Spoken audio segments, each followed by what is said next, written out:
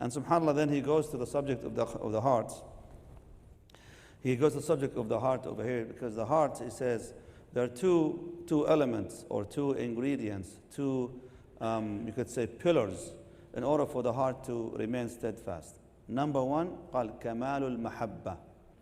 Your heart needs to develop the absolute perfect love for the Creator subhanahu wa ta'ala. And he mentions all the details of what does that even mean.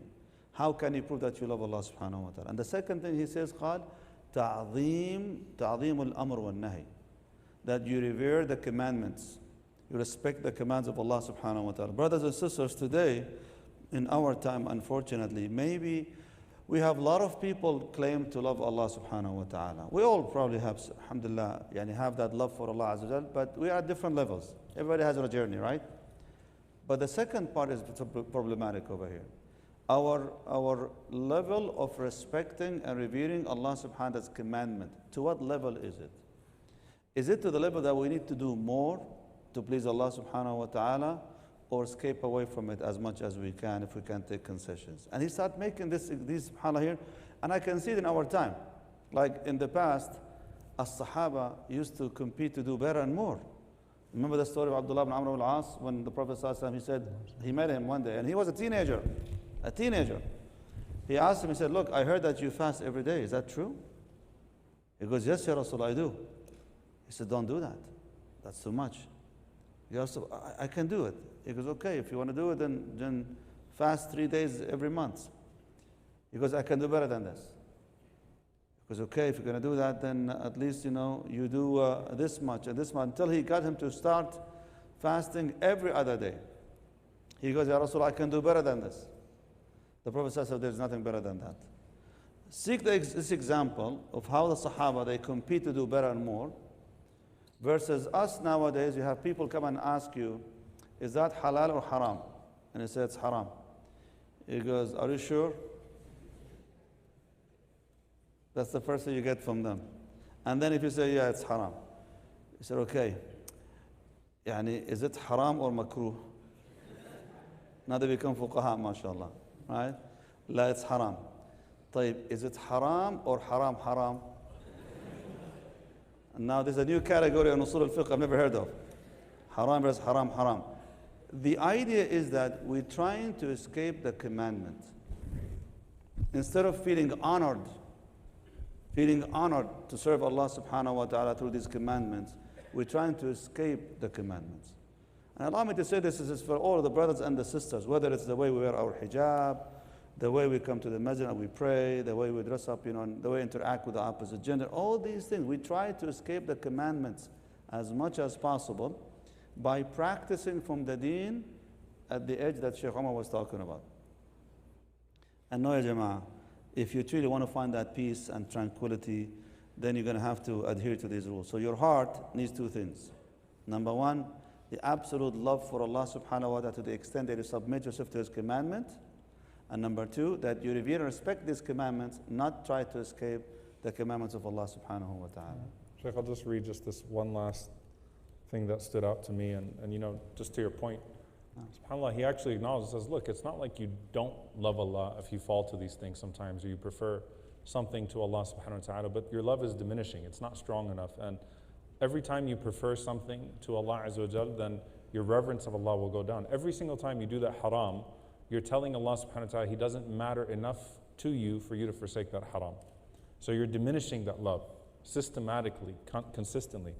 But he says something here that's so powerful.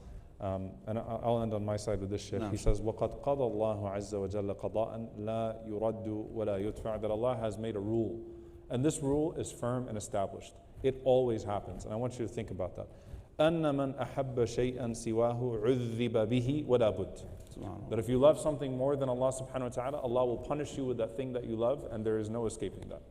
You preferred a person, you preferred a thing to Allah azza wa jal, by pursuing it in haram or doing with it something that is haram, or with that person, whatever it may be, Allah will punish you with that thing that you love, like you should love Him.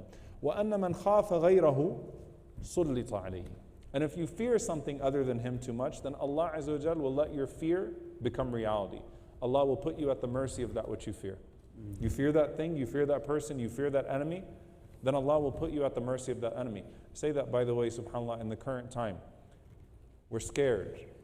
Scared of the Zionists, scared of the Islamophobes. Oh my God. And the most careful people, the most cautious people end up becoming the most cowardly people.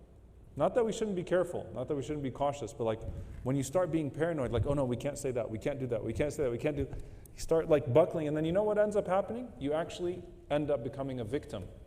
Because you enslaved yourself to your enemy as a result of that. So when you start to, that's the thing about the people of Gaza, they drive their enemies crazy because they're just not afraid of them. With everything that's happened, they'll still stare down this IDF soldier that's blowing up everything that they have and look him dead in the eyes like, you coward, you're nothing to me. Hasbi Allah wa ni'mal wakil. They're not afraid of them till now, right? وَمَنْ اشْتَغَلَ بِشَيْءٍ غَيْرَهُ كَانَ شُؤْمًا عَلَيْهِ. You work for something or you busy yourself with something other than Allah Azza wa Jal, Allah will exhaust you with that thing. وَمَنْ آثَرَ غَيْرَهُ عَلَيْهِ لَمْ يُبَارَكْ لَهُ فِيهِ. Especially to the career folks here and the money chasers, right? Whoever prefers something other than Allah subhanahu wa ta'ala, Allah will not put barakah in their pursuit. When you pursue something at the expense of your religion, Allah will not put barakah in that pursuit. وَمَنْ أَرْضَى غَيْرَهُ بِسَخَطِهِ أَسْخَطَهُ عَلَيْهِ وَلَا بُدْ. And he says, and whoever pleases other than Allah by displeasing Allah subhanahu wa ta'ala, Allah subhanahu wa ta'ala will make it so that that person also becomes displeased with them. Meaning what? You try to make people laugh by backbiting. مَنْ أَرْضَى النَّاسَ بِسَخَطِ اللَّهِ. Whoever pleases people by displeasing Allah subhanahu wa ta'ala. The Prophet ﷺ said, Allah will be angry with you and Allah will cause the people to be angry with you. They'll laugh with you at first when you talk about people, when you gossip, but eventually people will recognize you as a messy person and no one will like you anymore.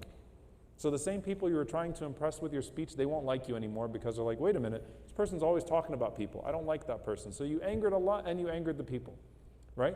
But man arda Allah, whoever pleases Allah by displeasing the people, Allah is pleased with them and Allah will cause the people to be pleased with them as well. What does that mean? You're someone that holds to your principles. Initially, people get annoyed by that because they want to live their best life. And you know, you're kind of the party pooper, right? You're kind of the one that doesn't get involved in certain things, doesn't say certain things, says, hey, let's calm down, we shouldn't go there. Initially, you're kind of annoying because like you're too religious for this. But you know what happens later on? You get recognized if you're consistent, not as an arrogant person, but as a principled person, as a consistent person. And this is true also for the standards that we pursue. Social media has created a world of trying to perform for the eyes of other than Allah subhanahu wa ta'ala. And you buy into those standards, and as much as you alter yourself and buy into those standards, you'll never be enough for the people you're altering yourself for. You'll never be enough for those standards. And you'll always be disappointed. But remember Allah who didn't give you up to Iblis? When you do for Allah, Allah fills your heart with tranquility. How good you feel when you leave the masjid after these last 10 nights. How good and fulfilled you feel. That's a gift from Allah Azza wa Jalla that He gives you, that, Ya Abdi, you're enough for me. You're enough for me. Now keep working, because I'll never make you feel like you're not worthy. As long as you try to honor the commands of Allah subhanahu wa ta'ala, Allah Azza wa Jalla will honor your station and make you more honorable in His sight.